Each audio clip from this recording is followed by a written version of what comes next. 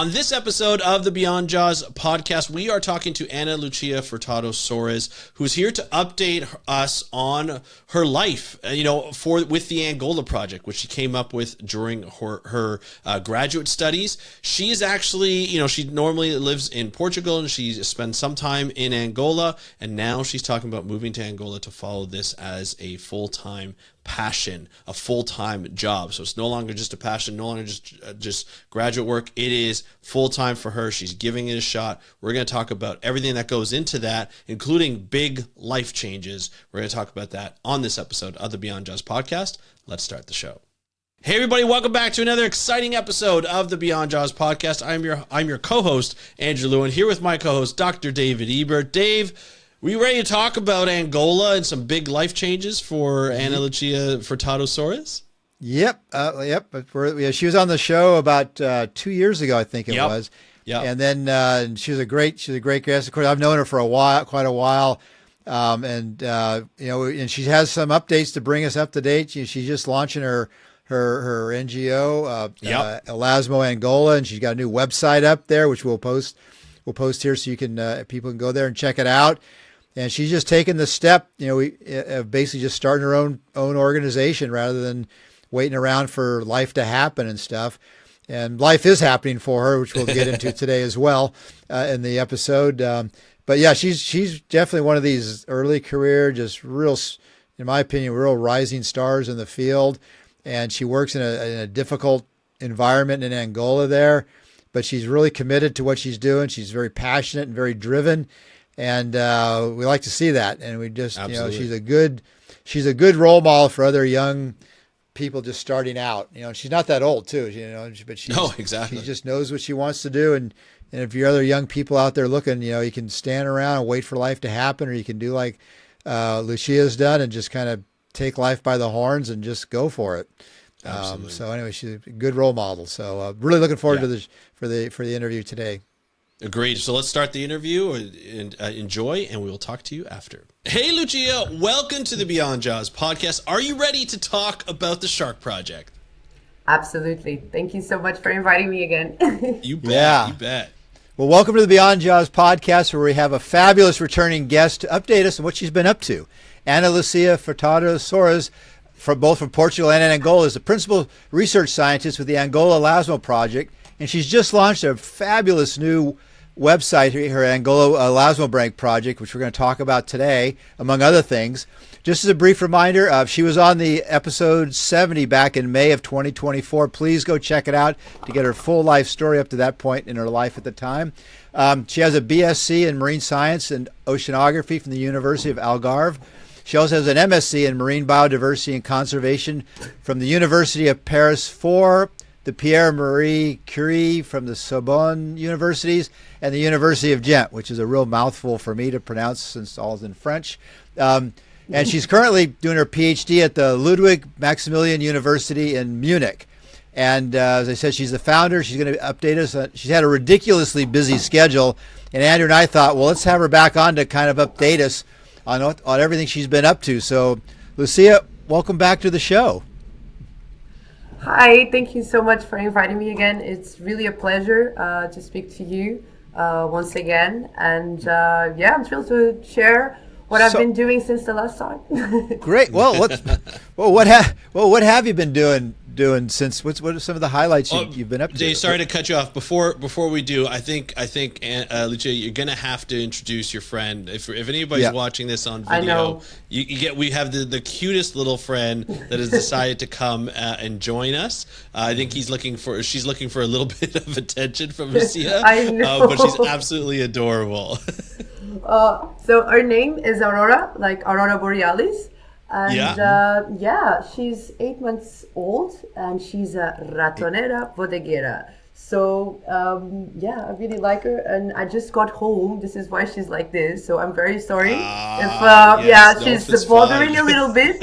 At least she's not barking. Could be worse. Could be really worse. Hey, so she just wants to sit on my lap. Adorable. We're pet friendly here, so welcome. Dogs, amazing. cats, your favorite pets are welcome here. So sharks. Sharks. Well, exactly. Of course, sharks. Would be a little interesting, but yeah. Yeah.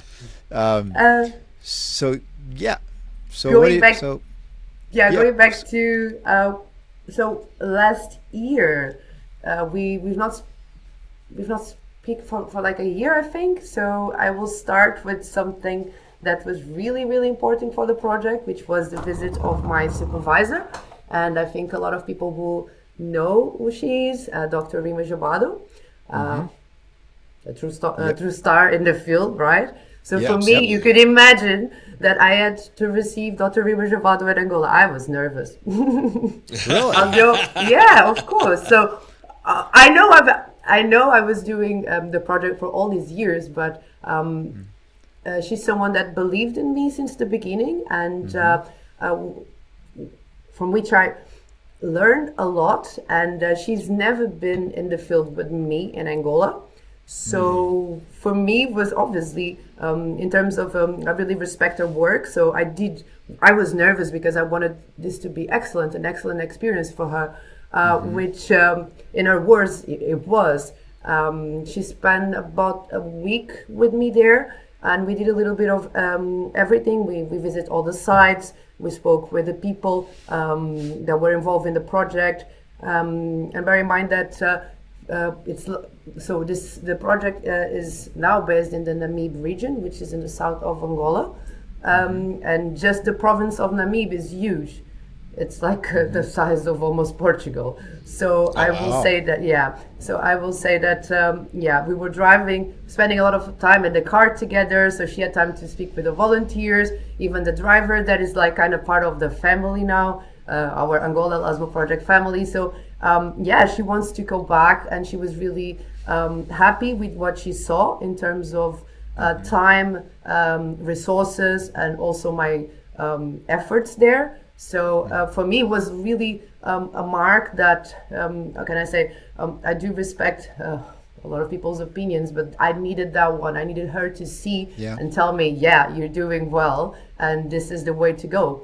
So it really motivated me to do more, and and this is how we end up like with the website and other and other objectives that I have now for this year.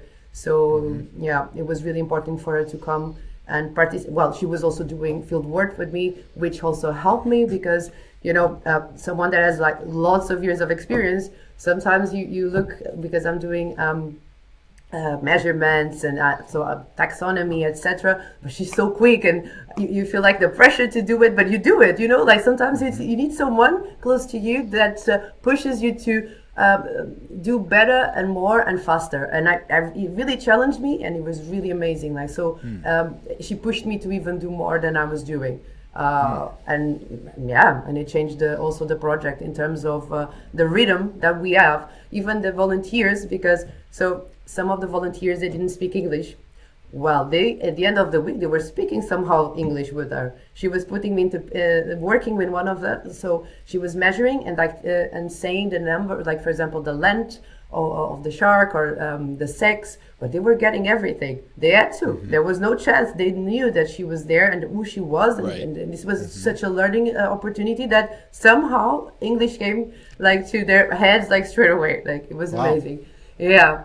So for all of us, it was very motivating for them to also see that. So I'm supervising them, and she's my supervisor. So I both my boss, and it was nice for them to also see that there's more than me above them, and teaching them and this learning experience and everything. Yeah, it was really nice. I also had it was a year of the visits. So I had this Save Our Seas storytelling grantee, and his assistant. So both of them they came to Angola and they spent 1 week with me, and then they went diving to the center, the central zone, which is this. We have the city of Benguela, which is. I will say is warmer waters and the better conditions to dive. So in Namibe there is no diving right now, which is something that I would like in the future. This will be what I'm going to say later about the hub that I'm trying to create. So there's no one doing diving there, although there are conditions, but it's really hard because there's no any material or anyone to support this type of activity there. Is there much diving in Angola anywhere? Is there much scuba diving or anything, or diving in general? There's only one scuba diving school. So Really? yeah, which is in Benguela. We don't know each other personally, but we collaborated, and this is one of the things that I want to do in the future, is with their help to establish the project also in Benguela, which is the central zone. So saying that would like to expand, at least have people in the northern, center, and southern zone, because you have the different currents, and it's important to see the differences. And the country is huge; I cannot be everywhere, so it will be nice to replicate the project and have someone there. And they're really open about it, because they also do some cleanups, and they really they want to protect the environment, and they felt very alone for many years. This environmental, I would say, subject in Angola is not very popular. I will say people don't have the interest doesn't go really to do with the sea, besides going on a boat. So diving or even swimming or taking care of our beaches, and that's not a thing there. And they were really fighting from the beginning. This is how I got to know them, and we are trying to do a partnership in the future, and hopefully bring also diving to Namib, which will be very important to see what is underwater. Not only what I've been doing in the surveys, in the landing surveys with the fishers. Sorry.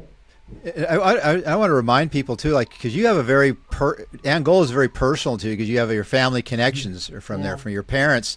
I know your parents fled during the Civil War there back in the 80s, but just so people know, it's very personal to you, the work you're doing in Angola, because of your family connections and stuff. And do you feel a sense of that when you go back now, kind of a bit of a connection? I feel home now. I got an interesting encounter. So to do surveys there, you need to always ask the permission of the chief of the fishers, which is called the SOBA. So every community will have a SOBA. You need to find him. And I somehow, this is a very interesting story, because I was with the storytelling grantees. So we were in a beach, and we were trying to see if they could find some. They were doing some purses with seal skin, and I saw this many years ago, and they wanted to photograph. So we went to talk with the fishers, and somehow one of them said, "Do you want to know the soba?" And we were like, "Okay, yeah, let's go." And well, the photos that they have, I'm dying to see this published. It's insane. It's amazing. It's like a photo of a lifetime. So the sober comes, and he was dressed as a civil, nicely. And then he said, "Oh, it's the photographer." Okay, wait a minute. And he was in a military suit, with the hat and everything. Wow. And with I don't know the name, the stick with animal fur and everything, kind of a wizard thing.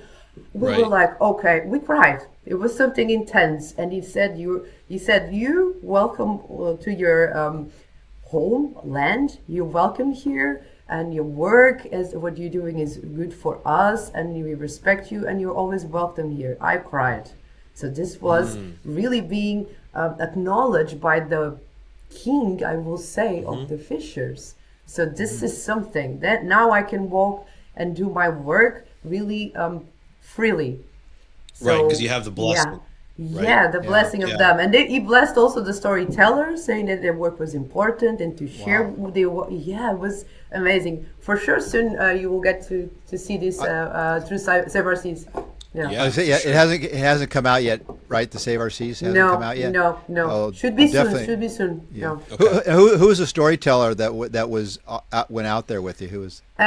So he's Argentinian, and his name is Nicolas Han, and his assistant name is Miguel. I'm sorry, I do not remember the surname. If you're listening to this, and he's from Mexico. And they were they want to come back as well. They had an amazing experience. They were not expecting Angola to be like that, people to be like that, so open and so willing to share their knowledge and their lives and the experiences. They went everywhere. They were really shocked that we were getting into people's houses where they were drying sharks and rays and processing, etc. And they were letting them in, photograph, film, etc. You need to do it again. And so it was a take another take. It was really, really, really good. And they said they would like to return and to explore a little bit more. Yeah. Mm-hmm. Wow, that sounds like an amazing experience there with the storyteller grants. So that sounds like a full schedule right there. But that's not all you've been doing, right? Not at all. Well, besides trying to finish my PhD, so it's for at least for the PhD, I closed my data collection. So all the surveys, the landing site surveys are finished. I have my genetic samples being analyzed in partnership with the Nova Southeastern University in Florida. I'm sorry if I'm pronouncing this incorrectly. No, that's right. That's right. That's right. With Dr. Mohammed Shivi. So he's partnering with me. So I don't know exactly when this will be out, if this will be a part of my PhD or not. Hopefully yes. If not, very soon as well, we will publish this paper, which will be interesting to see also in terms of genetics, what is going on there. But soon you will have. Can you give us a bit of a? Can you just give us a bit of a description on your thesis, on your PhD thesis, just to give the audience a little bit of a reminder if they don't remember? So what I'm trying to do here is to see the impact of fisheries, small-scale fisheries on Elasmo ranks, so sharks and rays. Why did I choose small-scale fisheries? Because it was the only fisheries that I had access to. Doesn't mean that they are the most impactful. So this is where I started. I did from local ecological knowledge, because there was no baseline in terms of, so I'm not seeing a lot of sharks and rays, but was it there actually something there? So how do? We go interview fishers, we talk to them, we try to create a timeline, and this was already done. And now what I'm doing is, for me, I didn't have a lot of funds to do it. So basically we go to a landing site, we have to first do a triage and see which one is worth it, because they're long distances. So I'm not gonna drive a long way to go to a place that there's not a lot of sharks and rays being fished. Although there is, it's also a point to be written in the PhD. But what I'm doing, the sampling, is really where there's really a huge amount of sharks and rays being fished. And I'm collecting biological data, so doing taxonomy, cutting a little bit of a tissue sample to do the genetics and genetics analysis, identifying the sex, and if it's a male, try to see his maturity. And now I'm playing with my data and trying to identify which are the key species there. And also I try to always have the type of gear that this has been fished, which sometimes is tricky, because the boat that arrives might not be the boat that this was actually fished at. But we can see because of the species. So sometimes there's a mix of pelagic with a little bit of demersal that doesn't make sense. So that probably there was a boat that dumped this there. They sold to each other. They don't care. They just say like, oh, this was gillnets. Well, but I'm trying to. This is why it's taking a little bit of more time, because I'm trying to analyze this to clear my data in a way that I'm not just taking their word. Because they don't actually know where this came from. It's very complex. Some of them has been fished also by industrial vessels, and this is something for the future to understand which ones. So the trade route, what makes them valuable? Which is it the species? Is it the size? Is it the fin? What is going on there? This is very important. Why are they discarding some sharks that in other places they're actually valuable? This is my question mark. Interesting. And how many papers are you publishing from your thesis? So I have other papers that are to do not with this data, but about how can I say, informing a policy in the a review of what has been done in terms of legislation. But in suggesting what we can do in the future based on the data that I'm creating. So in total, I have four. Okay. Nice. Oh, good. Yeah, nice. And you're Thank you. And so with all this work you're doing now, is your field part of your thesis pretty much done? You're going to continue working in the field there, but the data for your thesis is pretty much collected. Now it's just analyzing and writing it up. Is that what your plans are? Yes, and the next step will be so it's natural that the project continues, because the project is not only research, it's also about conservation in the sense of a true impact in the field, which is education. So education awareness campaign. So I need to be there, and this is why it was natural for me to think about moving there and creating the Angola Elasmo Project up. So we will continue to collect the data. We will continue to do everything that we are doing till now, but it will be bigger. So we will try to get more sites, because I will be able, being there 24/7, it really changes things. We have to see that I was there a month and a half or something like that, sometimes 2 months maximum. Each time, which is when you get the momentum, and then it's taken away because all the contacts, all the meetings, and then you go back to Portugal or elsewhere, and then while Angola is not very famous for emails or Zoom calls, you need to be face to face to people for things to materialize, and this is why it was for me a natural choice to move there and to really push for the project to move forward. Also because the government of Angola is in conversations with the project, and we have an openness in terms of collaboration. But again, I need to be there. It can't be done from far away. For sure. And so right now it's just really figuring out how to do things there, how to build it, funding as well. I'm fighting for funding. Applying for a lot of stuff now. With all of that, how hard is it to juggle the PhD and the Angola, like the shark project in Angola? Like how much of a challenge is that? Because like I feel like both of those are full-time jobs plus a half in and of itself. How do you juggle between the two? I know there's some overlap, obviously, but how do you juggle between the two? I have to. This was my dream. Right. I have to. I enjoy doing it. If I didn't, if I was forced to, I probably will not be doing it, because it really takes a lot of my time, my energy. From applying for funding. To having to bombard people from the government, from universities, from schools, and try to make things happen, and going after people. It's just insane. And doing budgets and planning schedules and talking with the volunteers, right? Because I'm from far away. I try to make our schedule work. So in terms of, we have X presentations per month, we try to do as much as we can, but I also understand that they also are volunteering, so I can't ask much because it's I would say that doing volunteering in Angola is not the same as doing volunteering, for example, in Europe. These people have not always easy lives, and this means that they really are putting their efforts in the project. And we do as much as we can, which is a lot till now.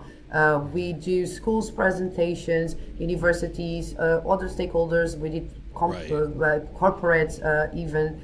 And then for me, what sometimes can be challenging is really to do the follow up with everything and everyone, because I'm only one, and we're talking about, for example, we can talk after.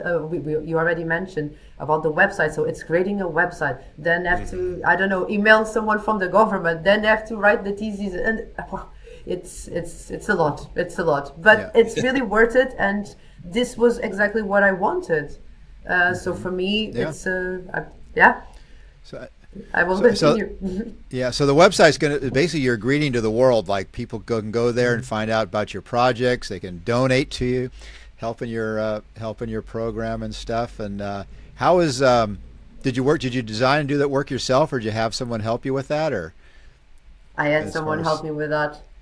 That was my fiance that helped me with that. To be fair, oh, yeah, okay. Nice. yeah, So yeah. well, that brings up another thing. Like now, I guess we could talk about. You recently got engaged, Yep. and so is your fiance. So now this is going to bring a whole other level of. Well, I don't want to say challenges, but let's say, so is he prepared to move to Angola? Yeah, he was there the last time with me, and he was photographing and helping even with the measurements. So I teach them, and he was fine with it. He used to be he was in the military before, so he used to this kind of, I will say, different and challenging situations. So for him, it's not. He likes that. He likes to be there, and he's really excited to go there for a while. So it was, yeah. So this is also one of the reasons that we are getting married, is that we are there together as well. And because we really, I will say that Namib is really, really far from a lot of things. We're really far away from society. Does he speak Portuguese? Does he speak? Yeah, he does. He does. No, Okay. He does. So yeah, perfect. Okay. Yeah, we both speak Portuguese, and they speak Portuguese there, so we will be fine. Okay. Yeah, he's the one already searching for things for the hub, helping me to see rents for houses and etc. So he's really been helping me. So this is also something that has changed a bit in the project, because he's someone that is really giving a lot of his time also to help me. To put the strategy of the project, not the scientific part of the education, but the strategy of it, of what is the priority, what we need here to build a hub, or to Gotcha. Yeah. Well, I say if he's I mean, I assume he's not from Angola, or he's from Europe somewhere. So he's Portuguese. He's Portuguese. Yeah. Oh, he's Portuguese. Okay, so well, that's good. But I mean, even he's Portuguese, but to move to Africa, especially because I know. You're not going to be living.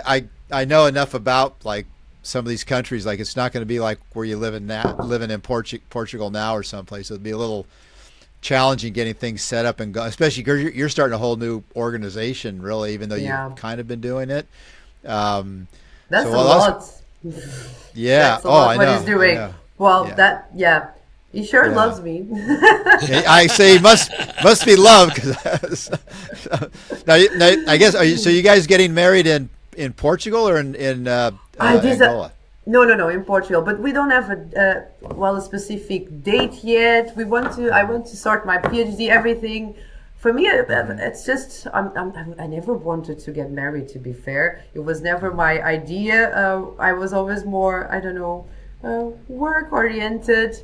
But it's something that naturally for me it was also not. I want now, but it's not about the party or anything. I just want to be with that person, and it makes sense to go there with him. And I think it really gives me the certainty that things will be good there. Like I'm gonna be doing something that I love, having someone that is supporting me and helping me. And well, this is if your mind is well. You're going to have success in what you're doing in terms of work as well. Yeah. If you're feeling fine, if you're feeling lonely, or if you're feeling not, like I could be doing the work there, but moving there, we're not talking about, for example, Luanda, which is a big city. There's nothing there, it's the desert and a small town, few people, and that's it, and fisheries. So living there and doing this kind of work, it's fun till a certain limit, but because I have to also understand that I had my whole life I never lived there. So of course at some stage it will be a bit challenging, but I know that being there with him, we will manage to go to this challenge together for sure. Yeah. Yeah, well, I gotta say it's got to be love, boy, to do something like that. I mean, well, it's one thing for you because you're doing that all the time. But to find somebody that's willing to do that, that's boy, it's got to be love. So you haven't set a wedding date yet, though. You got a few things you want to finish up. Yeah. Okay, and well, I have to ask you. Will Andrew and I expect an invitation? Well, I hope so. We'll do. I hope Maybe you're we do. present. Well, maybe we can do a live podcast from the reception. We can have your relatives come on and tell us tell your siblings and everybody else, your mom. How they feel about you How does your family feel about you all moving to Angola? My mom is my dad is not alive, but my mom, so she's really the Angolan one, and she's like, you never lived there. You know, it's not like like when you go like doing your work or a holiday. It's real. And I'm like, yeah, but I know you've never been to Namibia. You lived the whole life in Luanda. It's different. You're a city girl there in Angola. Right. So I know I'm ready for it. But they were a bit, but once I said we were going to go together, my mom was like, oh, okay, then you can go. Yeah. It's like, you're going with him, then you can go. She's scared, of course. She's scared. Of course. Yeah, it's normal. But I've been there so many times. To go to anywhere, like to live somewhere else. You know, you want your daughter to be safe. I have 2 young daughters, or like they're older now, I guess teenagers. But you always want them to be safe wherever they go. Having somebody with them, whoever that might be, is always great. It's a little bit more reassuring to make sure in any place, right? Because it's new. There's a lot more challenges than just safety to go ahead and just getting used to a new culture, a new place. It's definitely good to have a partner to go with. Yeah, that'll be nice. You still have relatives there, don't you? You still have family down there? I do. Okay. In Luanda, I do. I have some cousins there and 1 or 2 aunties and uncles. Mm-hmm. Yeah. Okay. But has your mom been back? Has your mom been back at all? She did, but once since she left. So for her it was very, very challenging leaving our whole life. So she left with my 2 sisters and my dad, and they even moved them to Brazil. They went to the Netherlands, and then everyone was fitting here. So I'm in Portugal right now. So they were coming to Portugal. So they decided, because the family was leaving Angola because of the civil war, and everyone was gathering here. So it was natural that, okay, we try to make our family happen here. But it was very tough. They lost everything. She managed to continue to work. So she was a researcher as well, but in the medical field. Yeah. Okay. Nice. Yeah, but she managed to get back in her feet and to do her work again. She was in a university doing research, but in the beginning she was working in so no papers. It was crazy. No. And nothing, just with a suitcase in your hand and 2 kids.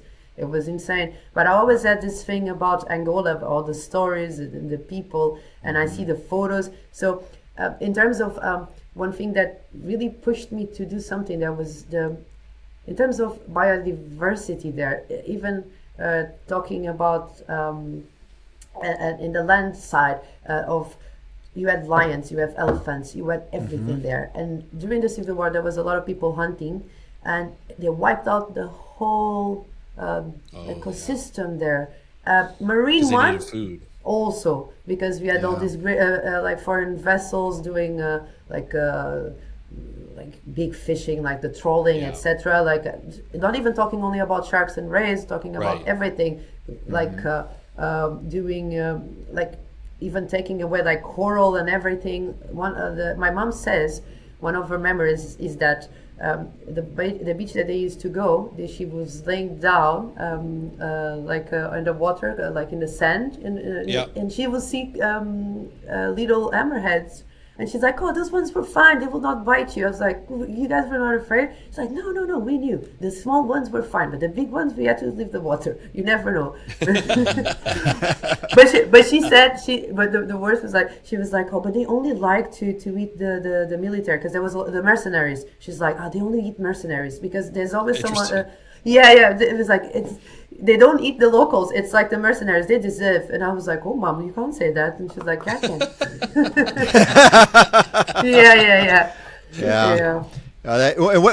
I'm just curious, because of my own connections in Southern Africa. What year did your mom leave? Did they leave South Angola? They stayed there long. I think it was 87.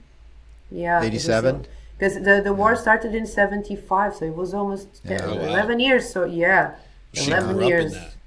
Yeah. Yeah. And you had you still had before the civil war you had but this was not in the area that they were living, which was the capital, because it was a so Angola used to be a Portuguese colony, and before the revolution here in Portugal, this is why the troops left. There was already fights with the guerrillas from Angola, so they wanted the independence, and they were fighting against the Portuguese. So there was always war since since the beginning of the 60s. Yeah, it was crazy. Yeah. It's and I think all over Africa, it's really sad. It's an amazing continent. Yeah. And the Civil War didn't finish until 2002, like on and off. Is that correct? Correct. So they're not long out of a civil war. That's a long war. Wow. Yeah. Well, I told the story when I first time, and you and I have talked separately about this. When I went to Namibia the first time in '87, we went all the way up to Skeleton Coast, up towards the Caprivi and all that area, and it was landmines, and you got elephants, you got lions, you got all, and then they tell you like, oh yeah, it's landmine season. You're like, what the hell, landmines? And trying to get up. I was trying to do kind of like you. I was surveying all the way up I could. So I'm kind of fascinated with your stuff now, because you're in that southern Angola area that I was never able to get into because of the Civil War, to see what occurs, how many of those things go all the way up into Angola. So, in fact, I just saw you posted a 7-gill shark, I think, recently on your thing, which I was really happy to see. Well, I wasn't happy to see it was dead, but I was kind of happy to see that they get up there. Well, we will be waiting for your visit then. As soon as we set up the hub. One of the objectives of it, like the goals, will be to actually generate some that we are self-sufficient, because I'm always counting on funding from NGOs or the foundations, etc. But since this is not a PhD anymore, and this is going to be my work, I need to also think in other ways of promote it and to sustain myself and the volunteers, which will not be volunteers, at least the smaller group which is in the website, all the team is there. Well, they deserve to be paid as well, of course. And I do want to give them also a job, so for me and for them. And we would like to develop some sort of ecotourism. So Angola is opening borders to more than 50 countries, no visa. So they're trying to promote now this, so that's the tourism scene there.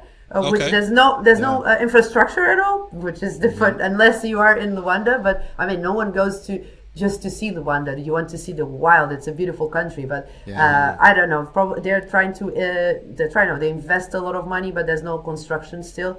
But having the hub in Angola, if we can have the goal is to have a house that we can have from education. We don't need to go to you to do our awareness campaign. You can come to us, you can visit to do, imagine on a Friday night environmental movie night for the community. There's stuff that never happened there, and we want to really promote this as a center for all of the volunteers and people that want to reach and to help, not only about how can I say, the Angola Elasmo Project, but there's a lot of things to do there, and I will discover and will to partner with to really help also the population there in terms, not only in terms of fishery or sharks and rays, because it also has to do, so all of this fishing, the excessive fishing, and it's to do with also the conditions that people live there. So if we start to change their mentality in terms of with awareness campaigns and also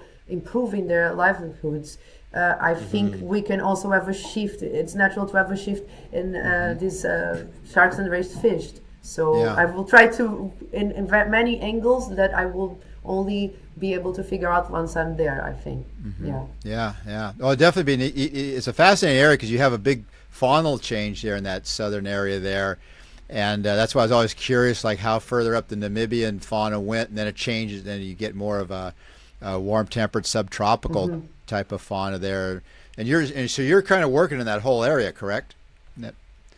Area. Yes. Yeah. So it's very cold. The water is very cold there. It's really, really cold. Even in the summer, it is cold. But then once you go to the Benguela province, it starts getting warmer, and you have really crystalline waters. It really changes everything. Yeah, I've never been there. So this is something that I want to do when I'm there, but I would love to see. Yeah. So okay, so that's further north of where you're at. There, where it goes from the Benguela to the, I can't remember the name of the current above that, because you're more in the Benguela current, correct? I'm in the Benguela current. It's at the end of it, so I'm really close to the Namibia border. And then you have the current of Angola, so it will really go through, and then you have the Gulf of the Guinea currents, but you have the Angolan current, which mixes with the Benguela, and then it shifts during the summer or during the winter. It goes up or down. So you have a shift also of species. This is for the future. I will have plenty of time now to travel to these places and try to collect data. Yeah. Fascinating area. Really fascinating area. Is there anything else you'd like to highlight on your website there? You want people to go check it out, and we'll post the your website on the link on there. And besides, obviously, go to the donation page and help Lucia's site there if you can spare a few dollars.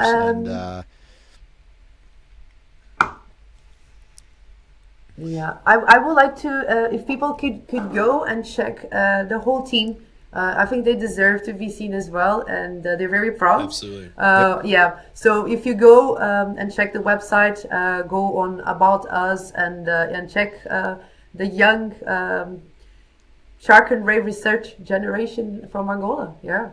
Cool. Check them. Yeah. All right. Well, this has been terrific, Lucia, catching up with you and find out where you've been at and everything, and good. Congratulations on your engagement. And thank you very much. Andrew and I will look forward to an invitation at some point here when you're all done. And for sure. And definitely, good luck with your project there, and we'll definitely have you back on to kind of catch up on how it's going once you're done your PhD and everything. And one final thing, are you going to be at Sharks International coming up? I will be presenting. Awesome. Cool. Yes. Congrats. We'll look forward to it. Thank you. I look forward to seeing you there then. I guess we'll catch up some more. Yeah, for sure. But thank you very much for coming on here, and good and best of luck for you and all your projects and everything. So. Yeah, we really appreciate you coming on and the work that you're doing in Angola and the work that you do to help the communities there understand help better understand the fisheries and the work you're doing. And good luck on the wedding and good luck on the move. We look forward to hearing from you shortly. Thank you. Thank you, Lucia, for joining us on today's episode of the Beyond Jaws podcast. It was great to have you on. Great to get the big life update of moving to Angola to follow Angola Elasmo permanently. This is something that's been on her mind for a long time. As we saw, Dave, she's getting married, and they're going to move. Her and her partner are going to move down to Africa, to Angola, and I think it's a bit of an interesting story because her parents, as she mentioned, were in Angola before. They had to flee to Portugal. Now going back, kind of like a bit of a full circle moment for her and her family, which I think is really important. Her mom, a little nervous that she's going, of course, being so far away, but it's definitely an interesting life update. Now, Dave, you moved from California all the way to South Africa to do your graduate studies. Obviously, a big culture move back in the 70s and 80s. When you did it, that's a huge thing for her. Although she's used to being in Angola because she lives there, part time. How big of a move is that? That's huge. I mean, and I think she has an Angolan passport because of her parents. She was able to get an Angolan passport, and it's huge. I mean, it's a lot calmer now. As we touched a little bit on, and we've talked before that they were in a quite a bad civil war back in the late 80s when I was there, and it sounded like her parents left about the time with her two older sisters about the time I rolled into South Africa and spent time up in Namibia. But yeah, to up and be heading back down there to take up roots there, and given her parents had left, it's gonna be quite a thing. And I have to say, we might have to have her future husband on the show. I got to find out what this, because it's one thing if you're used to that lifestyle, but if you're saying like, "Hi, honey, we're gonna get married, and then we're gonna move to Angola," that's a pretty big deal. That's love or something, boy. I tell you. And again, as you said, I did it, and I don't know how that would have. If I would have been married, I don't think that would have lasted at all, because it's a huge change. Huge And it's, change.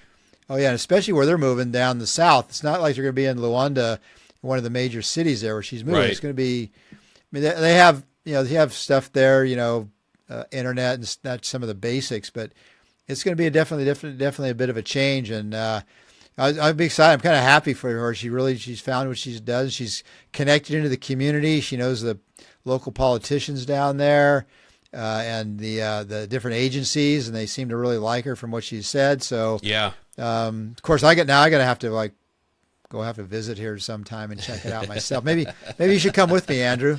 Hey, I've never been to Africa. I think that would be a lot of fun. I think it would be baby, definitely eye-opening, right? We've got something to show you.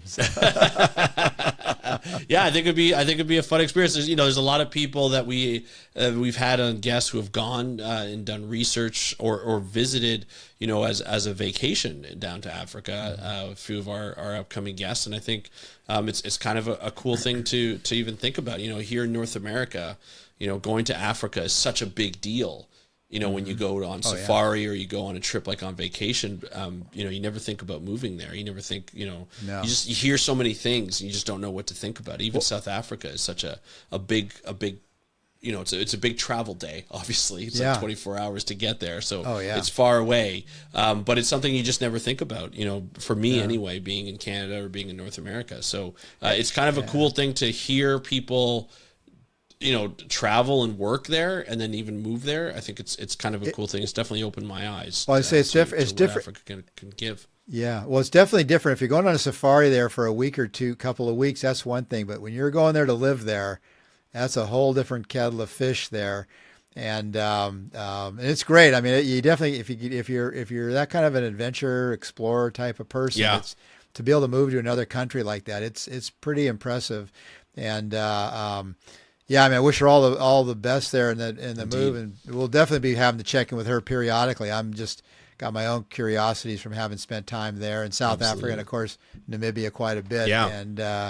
And we definitely got to follow up with her to make sure we get the wedding invitation to Portugal.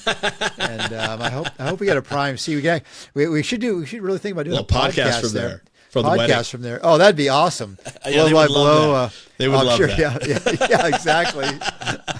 Her partner's like, wait, I'm moving to Angola now. You got these two jokers here. Who are these clowns? Whispering, she's coming down the aisle. Yeah, it'd be like a golf thing. Yeah, we're whispering through. And now the minister's starting the